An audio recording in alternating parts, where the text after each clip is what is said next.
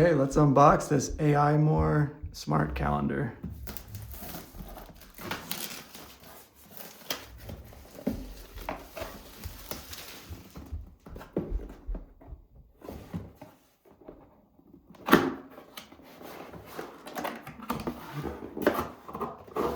Okay, so inside the box, got our instructions.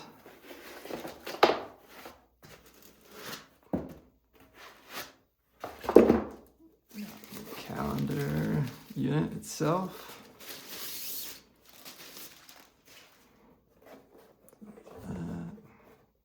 Mounting holes. That's that right there. This also include your power cable, mounting stand, your smart pencil stylus. It does include some mounting hardware. We've got